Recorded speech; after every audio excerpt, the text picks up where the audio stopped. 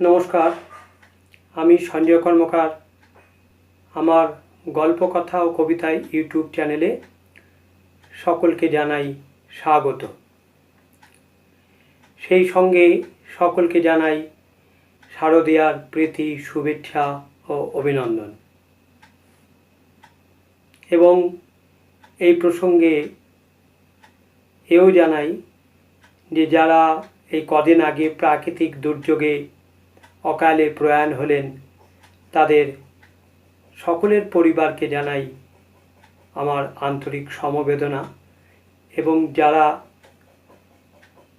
ইহলোক ত্যাগ করলেন, তাদের চির আত্মার শান্তি কামনা করি।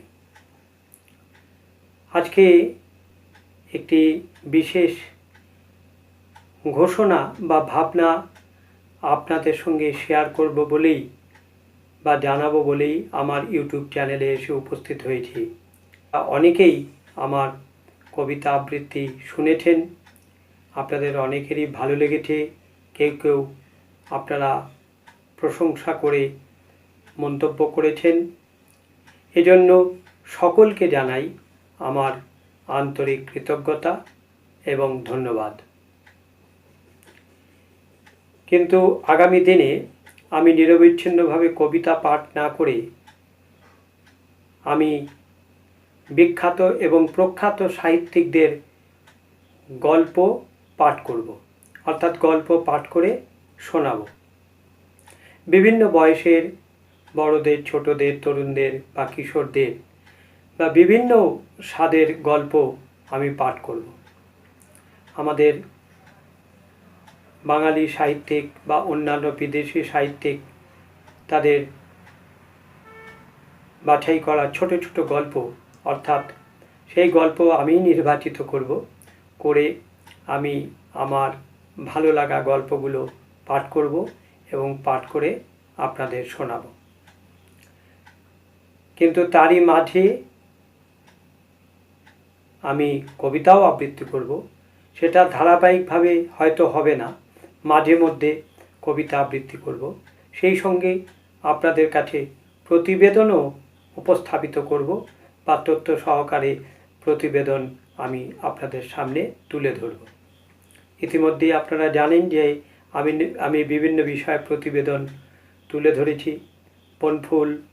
পনফুলের লেখা অগ্নিশ্বর, উত্তম কুমার অভিনীত অগ্নিশ্বর সিনেমা নিয়ে, সত্যজিৎ রায় এবং রবীন্দ্রনাথের প্রথম সাক্ষাৎকার শান্তিনিকেতনে যেটা হয়েছিল তা নিয়ে, মাইকেল মধুসূদন দত্তের বিভিন্ন লেখা কবিতা বা তার বিভিন্ন বিষয় নিয়ে তথ্য আমি আপনাদের সামনে তুলে ধরেছি। আশা করি আপনাদের তা ভালো লেগেছে এবং আপনারাও সে বিষয়ে মাঝে মধ্যেই মন্তব্য করে আমাকে উৎসাহিত করেছেন, অনুপ্রাণিত করেছেন। এজন্য আমি সকল শ্রোতাবৃন্দকে জানাই আমার আন্তরিক কৃতজ্ঞতা ও ধন্যবাদ। আপনারা আমার চ্যানেলটিকে সাবস্ক্রাইব করুন।